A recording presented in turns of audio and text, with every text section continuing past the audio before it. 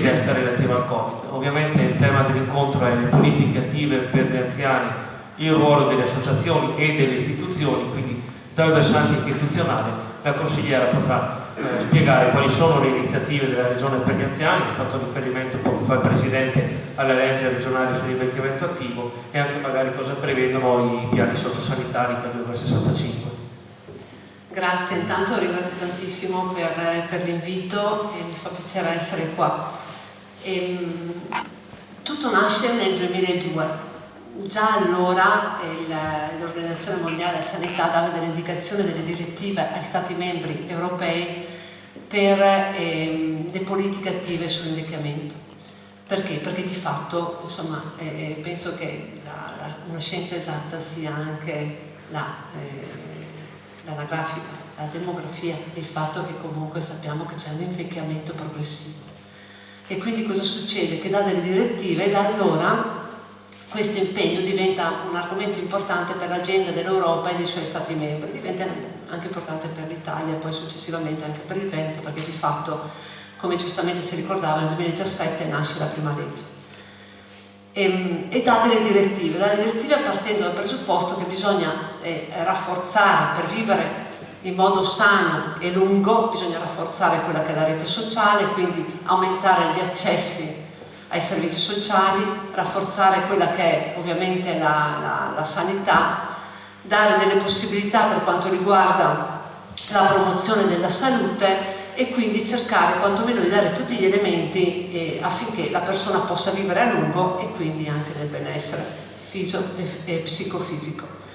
In Veneto l'età media abbiamo 81 anni per i maschi, 85 per le donne e, come si diceva prima, su 4 milioni e 8 e oltre di abitanti il 23% è over 65. Nel 2050, è stato ricordato, saremo il 34%. Abbiamo già un terzo dei over 75 che hanno delle limitazioni all'autonomia e quindi partiamo da questa prospettiva che è di un invecchiamento progressivo. Nasce questa legge è già stato ricordato da delle direttive molto chiare, sono 4 principi fondamentali che sono la promozione dell'attività fisica, la promozione della cittadinanza attiva, l'educazione e anche le prime mosse per la digitalizzazione e la valorizzazione delle competenze, perché sappiamo che insomma fondamentale è anche il ruolo della persona over 65, quindi la sua esperienza e il fatto.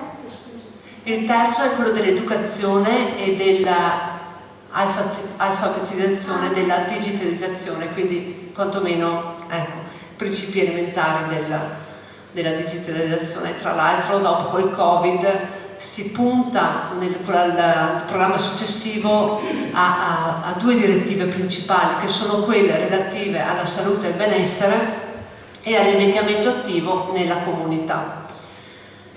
Nel 2018 e quella attuale, che è un proseguimento della precedente, abbiamo 3 direttive, che è l'autonomia, la cittadinanza attiva e la formazione. Autonomia che comprende quello che un po' sono le linee dell'Organizzazione Mondiale della Sanità, e quindi supportare, rafforzare la rete sociale, sanitaria, la prevenzione, il supporto alle famiglie, perché poi di fatto è anche questa la realtà.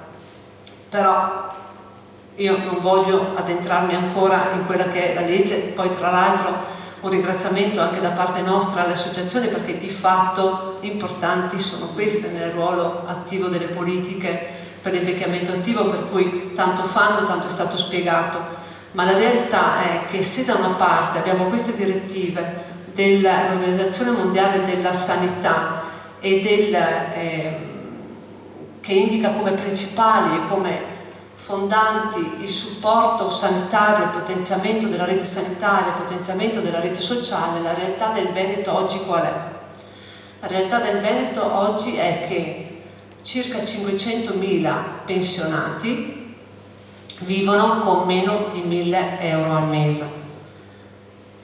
Parlavamo di rafforzamento e potenziamento del settore sanitario. Abbiamo ad oggi, con ultima delibera, una ricognizione di 500.000 visite arretrate, oltre a tutti quelli che sono gli interventi chirurgici, con una difficoltà proprio per la persona anziana di raggiungere spesso anche il luogo, perché con l'unificazione delle USDA abbiamo anche questa difficoltà, per cui sempre più chilometri per fare la visita, ma non solo, e spesso se la devono pagare. Salta quello che è la questione della prevenzione. Allora, se da una parte noi facciamo delle politiche attive, giustamente, e grazie alle associazioni soprattutto per l'invecchiamento attivo, la Regione con la sanità dovrebbe supportare e potenziare anche quella che è la prevenzione nelle malattie, e soprattutto perché sappiamo che più si va avanti con l'età le malattie aumentano, e se noi vogliamo l'inclusione sociale, se noi vogliamo la partecipazione attiva della persona,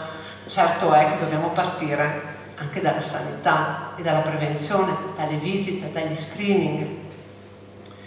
E se per far questo noi dobbiamo mettere nelle condizioni le persone di doversi pagare la visita, capite anche che se buona parte di questi, visto che abbiamo circa 1 milione di persone, oltre 1 milione over 65 nel Veneto, e se metà di questi vivono con meno di 1.000 euro al mese, capite anche la difficoltà nel pagarsi spesso le visite, perché altrimenti non vengono in genere spesso fatte nei termini prescritti dal medico di base che manca, perché abbiamo un'altra carenza che è fondamentale per la politica attiva, perché insomma è la base, no?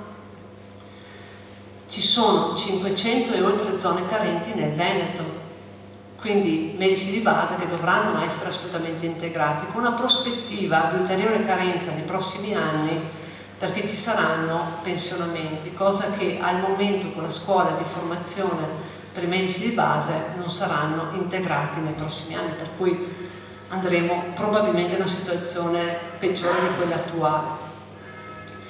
Ma non solo, abbiamo solo nel Veneto abbiamo 1,8 infermieri, per quanto riguarda invece la metà, e parlo ogni 1.000 abitanti, la metà di quello che è previsto a livello europeo, quantomeno è la media europea.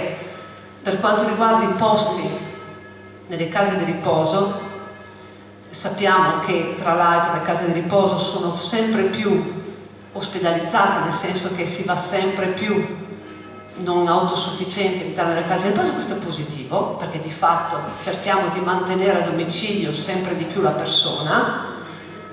È altrettanto vero che spesso è inaccessibile per i costi. Da una parte noi abbiamo solo 18 posti su 1.000 abitanti e siamo tra gli ultimi a livello europeo come messa a disposizione di posti. Nello stesso tempo noi abbiamo delle quote a carico della regione che sono le cosiddette impegnative di primo e secondo livello, quindi 49 euro per il primo livello i meno gravi e 54 euro per il secondo livello più gravi, quindi ferme da circa 10 anni. Questo cosa significa? Che i costi per la famiglia e per le persone sono molto molto elevati.